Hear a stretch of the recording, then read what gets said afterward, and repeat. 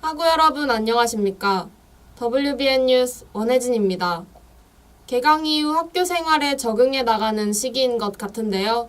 항상 모든 일에 최선을 다하시는 원광대 학우 여러분이 되시길 바라면서 9월 첫째 주 WBN 뉴스 시작하겠습니다. 지난 8월 28일부터 이틀간 2018학년도 2학기 학생생활관 오리엔테이션이 실시되었습니다. 전반적인 기숙사 생활에 대해 안내했던 현장, 저희 WBN이 다녀왔습니다. 제33회 유아교육제가 개최되었습니다. 공연과 교구 전시를 통해 많은 아이들의 관심을 이끌었던 순간, 저희 WBN 카메라에 담아보았습니다. 총학생회가 주관한 2018학년도 2학기 북마켓이 진행되었습니다. 어떻게 참여하는 것인지 북마켓에 대한 자세한 내용, 저희 WBN이 알아보았습니다. 새 학기가 시작됨에 따라 불법 복제가 다시 화두에 오르고 있습니다. 불법 복제의 실태와 문제점에 대해 저희 WBN이 취재했습니다. 첫 번째 소식입니다. 지난 8월 28일부터 이틀간 2018학년도 2학기 학생생활관 오리엔테이션이 실시되었습니다. 전반적인 기숙사 생활에 대한 안내가 이루어졌다고 하는데요. 박건 기자가 전합니다. 지난 28일부터 이틀간 우리 대학 학생회관 대강당에서 2018학년도 2학기 학생생활관 오리엔테이션이 진행되었습니다. 설명기도와 사감진, 조교진 소개로 시작된 이번 행사에서는 입퇴사 흡연 문제에 관한 연극을 진행하여 입사생들의 이해를 돕기도 하였습니다. 또한 학생생활관의 수칙을 알려주고 축제관리위원회와 절약기획팀의 홍보도 이루어졌습니다. 여러분들이 학생생활관에 있어가지고 많은 도움을 주기 위해서 팀장들이 많이 노력을 할 건데요. 많은 참여와 많은 도움 부탁드립니다. 이번 행사를 통해 학생생활관의 수칙을 실천하여 서로 배려하는 공간을 만들기 바랍니다. WBN 뉴스 박건입니다. 다음 소식입니다. 제33회 유아교육제가 진행되었습니다. 학생회관 대강당에서 펼쳐진 공연과 사범대학에 전시된 다양한 교구들이 어린 아이들의 눈길을 끌었다고 하는데요. 양주희 기자가 전합니다. 지난 8월 29일부터 3일간 학생회관 대강당과 사범대학 5층 유아교육과 강의실에서 제33회 유아교육제가 진행되었습니다. 유아교육과 강의실에서 진행된 전시회에서는 학생들이 직접 제작한 졸업작품과 과제물을 전시하고 판매하며 어린이들과 행사 관계자의 이목을 끌었습니다. 같은 시간 학생회관 대강당에서는 인형극과 퍼포먼스를 통해 어린이들과 유아교육과 학생들이 함께 즐길 수 있는 화합의 장을 만들기도 하였습니다. 저희 유아교육제는 외부 유치원이나 어린이집을 초청해서 저희가 준비한 공연과 전시를 보여드리는 행사인데요. 저희가 열심히 준비한 만큼 아이들에게 많은 기쁨을 줄 수 있어서 저희에게도 큰 행복이 되는 행사인 것 같습니다. 이번 행사를 통해 예비교사를 꿈꾸는 학생들이 자신의 꿈을 향해 한 발 더 다가갈 수 있는 계기가 되었으면 좋겠습니다. WBN 뉴스 양주입니다. 다음 소식입니다. 총학생회가 주관한 2018학년도 2학기 북마켓이 진행되었습니다.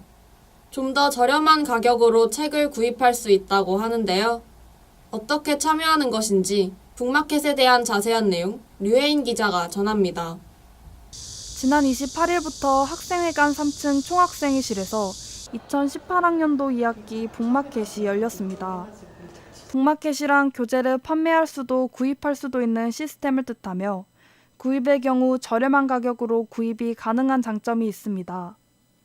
또한 이번 행사를 주관한 총학생회에서는 반드시 현금으로만 구입이 가능하며 구입한 교재는 교환과 환불이 되지 않는 점을 강조하였습니다.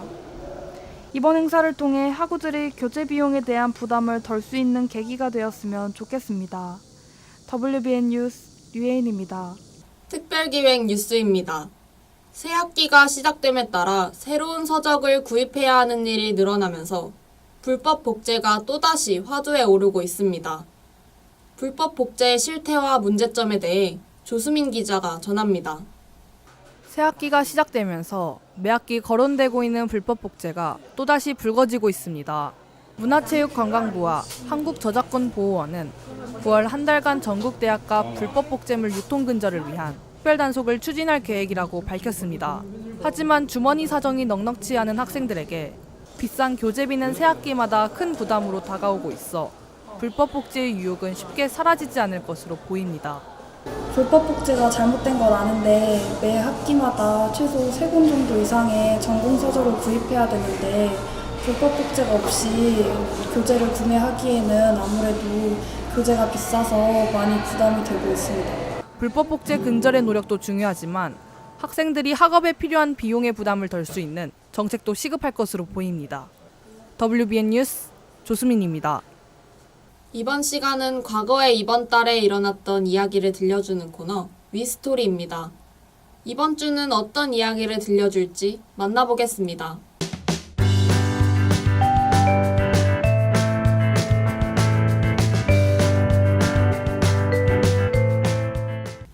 안녕하세요. 과거의 우리들의 이야기를 전하는 위스토리의 저는 류혜인입니다.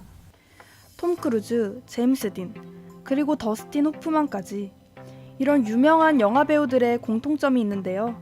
그건 바로 이들이 포르쉐 매니아라는 사실입니다. 우리나라뿐만이 아니라 세계에서도 부의 상징이라고 불리는 이 포르쉐는 1875년 체코에서 출생한 페르디난트 포르쉐가 만든 자동차인데요. 9월이 이 페르디난트 포르쉐가 탄생한 날입니다.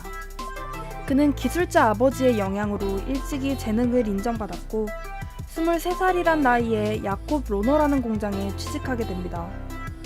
당시 왕실이나 황실의 VIP 마차를 제작하기로 유명한 야콥 로너 회사는 자동차 시대를 예상하고 마차 대신 자동차를 제작하기 시작했는데 이 공장의 첫 자동차 이름이 바로 로너 포르쉐입니다. 이름에서 알 수 있듯이 이 차는 포르쉐가 만든 자동차였습니다. 이 차는 최초의 하이브리드 자동차라는 타이틀을 얻게 되었고 그는 승승장구하게 됩니다. 그러던 중 당시 최악의 지도자였던 히틀러를 만나며 그는 인생의 전환점을 맞게 됩니다. 히틀러는 당시 산업 경제를 높이기 위해 가족들이 탈 수 있는 자동차를 만들 것을 지시하였고 그 요구사항에 맞춰 한 자동차가 탄생하게 됩니다. 히틀러는 이 차를 기쁨의 힘이라는 뜻으로 KDF라 칭했지만 포르쉐는 국민차라는 의미로 폭스바겐으로 불렀습니다.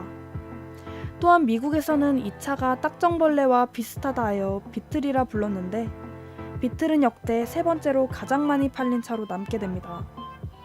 그러나 독일이 패전한 후 포르쉐는 독일의 가담한 혐의를 받고 프랑스에서 20개월가량 수감 생활을 하게 됩니다. 출소 후 그는 독일로 돌아와 아들과 함께 회사를 운영하며 포르쉐 자신의 이름을 딴 최초의 포르쉐 356을 선보이며 20세기 최고의 디자이너로 자리매김하게 됩니다. 그 후 1950년 심장마비로 갑자기 쓰러진 그는 이듬해 1월 30일 사망하게 됩니다. 하지만 그가 세상을 떠난 이후에도 여전히 포르쉐는 많은 사람들에게 사랑받는 자동차로 이어져 오고 있습니다.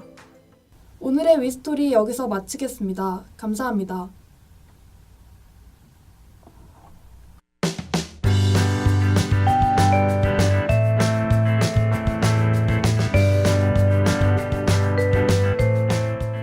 덥고 습한 날씨가 장기간 지속되면서 음식이 쉽게 변질되어 식중독에 걸릴 위험이 높아지고 있습니다. 이 점 유의하셔서 음식 섭취 시 주의하시기 바랍니다. 이상으로 WBN 뉴스를 마치겠습니다. 시청해주신 여러분 감사합니다.